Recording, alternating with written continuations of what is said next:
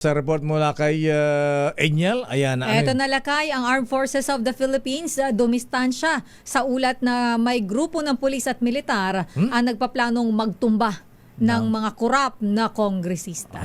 Alamin natin ang detalye mula kay RH52. Bagong Alex Bungkayo Brigade.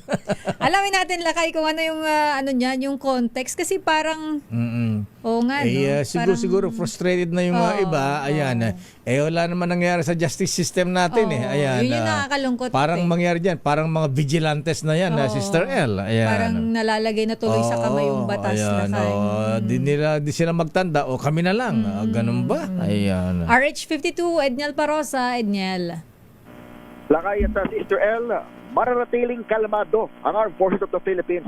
Yan ang sagot kay AFP spokesperson, Colonel Francel Padilla sa report na may ilang militar at pulis umano ang nagpaplanong magsagawa ng mala-vigilante killings sa mga korap na mambabatas. Batay kasi sa impormasyon ng isang kolumnista at kalat sa social media, may grupo raw ng mga uniformado, pulis at sundalo ang nagpapalak na magtumba ng mga kongresista upang maging aral daw sa iba.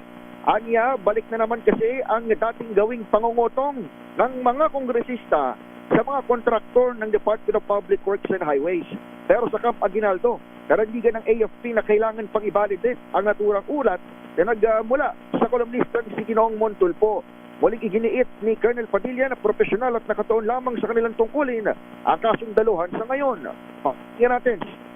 Before we believe, we should verify.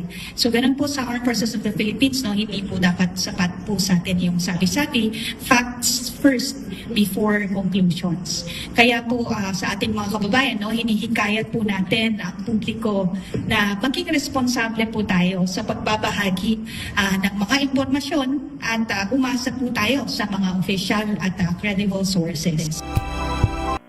Batay sa inisyal na impormasyon na kumakalat sa social media, may isang grupo raw ng military at polis na pawang matitino ang nagsabing itutumba nila ang ilang kongresista at maglalagay ng karatula, "Huwag tularan sa aking kaswapangan."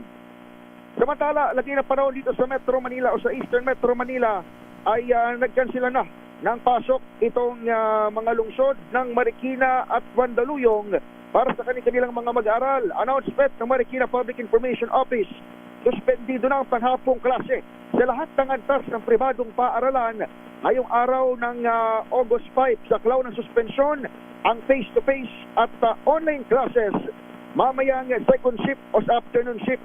Habang sa lungsod ng Mandaluyong naman, suspendido ang in-person classes o face-to-face classes wala preschool hanggang grade 12. Kasama na ang alternative learning system sa mga pampubliko at pribadong paaralan dahil pa rin sa itinaas na yellow rainfall warning ng DOST Pag-asa. Unti-unti na kasing nagbabaha ang ilang lugar dito sa Eastern NCR. Dulot ng malakas na ulan, hanggang bago mag-alas 9, tumataas na yung tubig dito sa paanan ng EDSA Ortigas flyover southbound, maging sa looban ng Boni Avenue, camp na ng F. Ortigas. Sakop naman ito ng lokal na pamahalaan ng Mandaluyong. Possible pa naman itong mga ito sa motorista, pero malaking bahagi ngayon ng Kalangitan, Lakay at CCL madilim pa. At itong mga lugar na binabanggit ko, itong Mandaluyong, Marikina, even San Juan at Pasig, patuloy pang nakararanas ng mga pagulan. Sabi nga ng Pag-asa, ulitin natin, nakataas ang yellow rainfall warning dito sa Metro Manila. Ako si Edniel Parosa, DZRH, una sa Pilipinas, una sa Pilipino. Maraming salamat, Enyel Parosa.